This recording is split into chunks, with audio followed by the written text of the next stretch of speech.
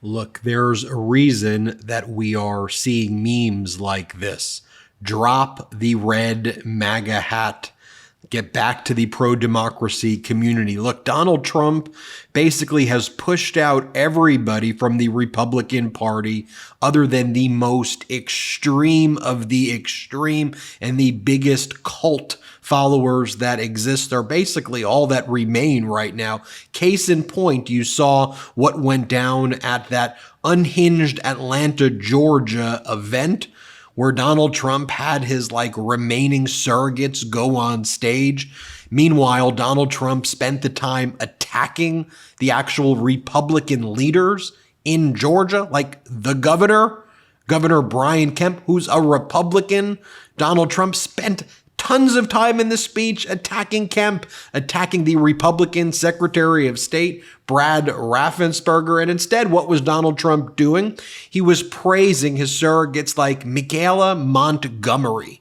Michaela Montgomery is the MAGA operative who was at the Chick-fil-A and who follows Donald Trump around from event to event. And Donald Trump uses that to say, look, I have support in the black community because Michaela Montgomery gives him a hug at these various events. We call out these stunts each and every time here at the MeidasTouch Network. So here's the post from Donald Trump congratulating Michaela Montgomery for her speech in Atlanta, Georgia. Well, what did she say in Atlanta, Georgia? Let me show you. Play the clip. A few days ago, President Trump said he didn't know Vice President Harris was a black woman. I'm trying to figure out what all the outrage is about because she's only black when it's time to get elected. Did I lie? The same black people who are mad at Trump for being confused about her race, ethnicity, nationality, whatever, are seemingly forgetting that while you're touting her as a savior for black people, she identifies as an Asian woman.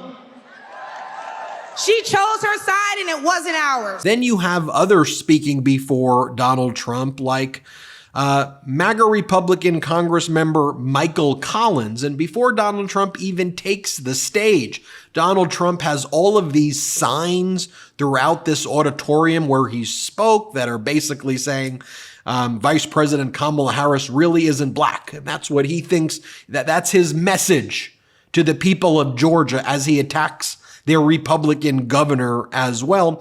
So then he has on MAGA Republican Congress member Michael Collins, who then compares Vice President Kamala Harris to Stacey Abrams. Here, play the clip. You know, Kamala Harris is like the Stacey Abrams of California.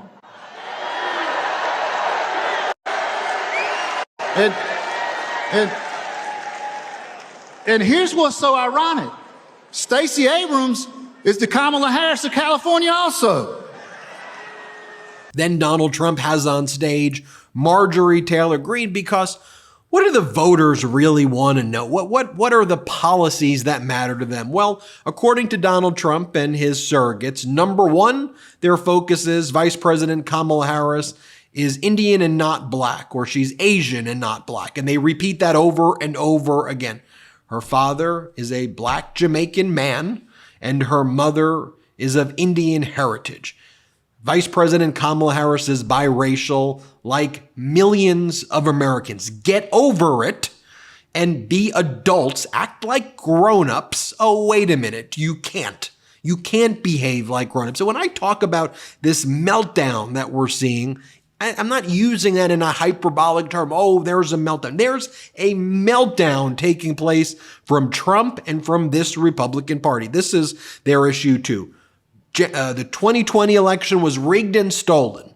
That's what they want to talk about in 2024. Despite President Biden winning by over 300 electoral votes, we got destroyed. Trump got destroyed.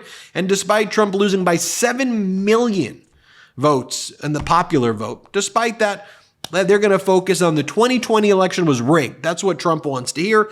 Cue in Marjorie Taylor Greene, because that's sure going to appeal to centrists. I'm being sarcastic. Play the clip. Then our election, Georgia, was stolen from us.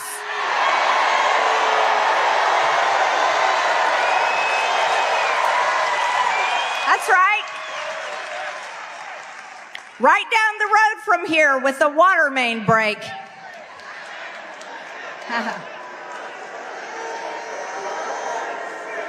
That's right. And then it all changed.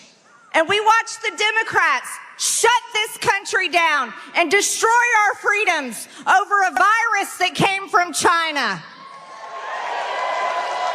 Then they call in the MAGA Republican Lieutenant Governor Burt Jones, who compares Vice President Kamala Harris to Milli Vanilli. Here, play this clip. Do y'all remember Milli Vanilli? You know, it was two guys.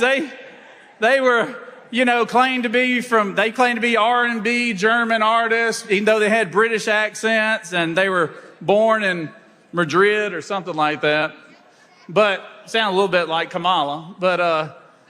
And again, if you want to take a look at some of the other surrogates just over the past week, how about that surrogate in Ohio, the Ohio State senator who called for a civil war as he introduced J.D. Vance?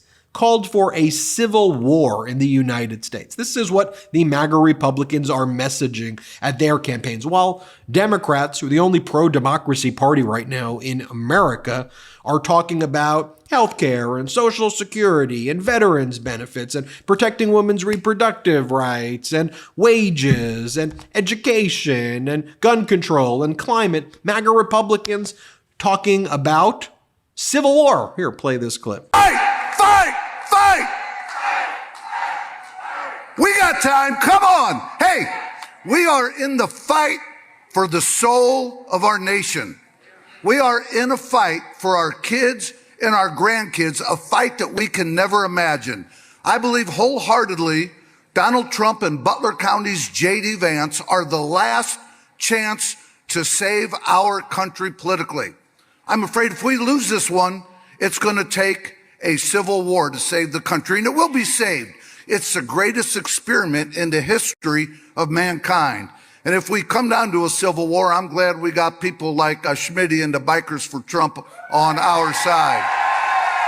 And then this past week, at another one of these traveling fascist circus events that Trump calls rallies, they had Alina Habba, Donald Trump's lawyer, who represented him and lost on a case where Trump was found liable for sexual assault. Alina Habba, she starts speaking, and she's like the main speaker before Trump. Here's what Habba had to say. I am a strong woman, a mom, a lawyer, and an American.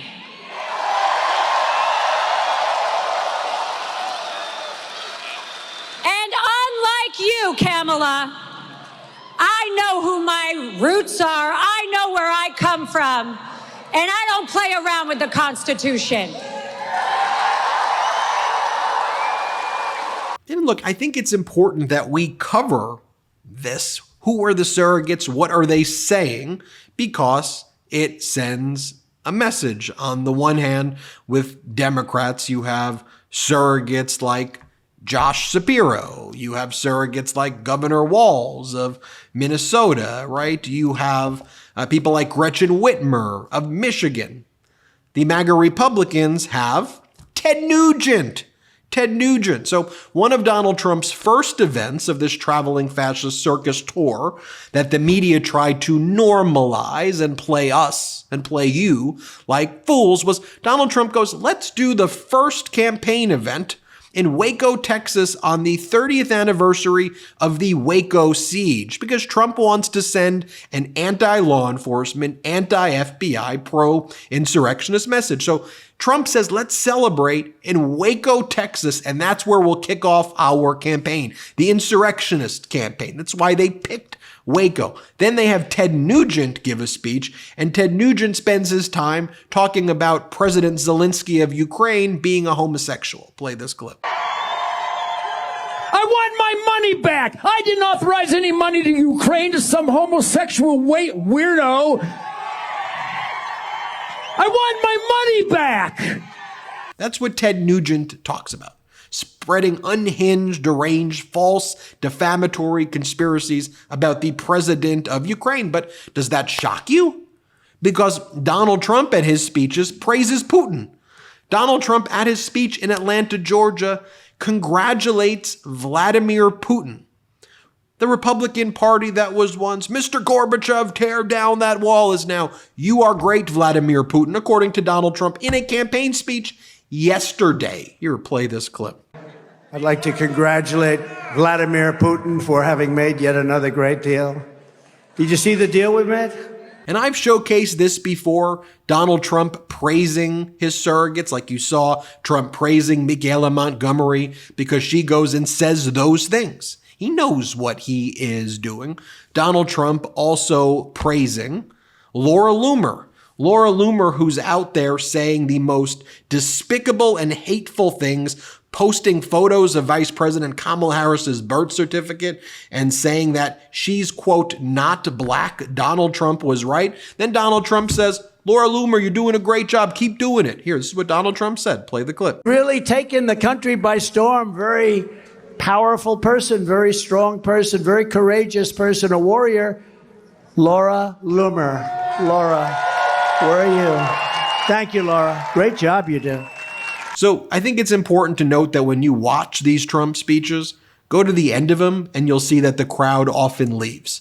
So here was yesterday's speech in Atlanta, Georgia, and you'll see the crowd. You'll see it's a pretty empty stadium. Watch this. Play the clip. We'll come to America when we host the Los Angeles Olympics. And by the way, which I was president, we happened to get it. I was the president. I also got you a thing called the World Cup, which is coming very soon.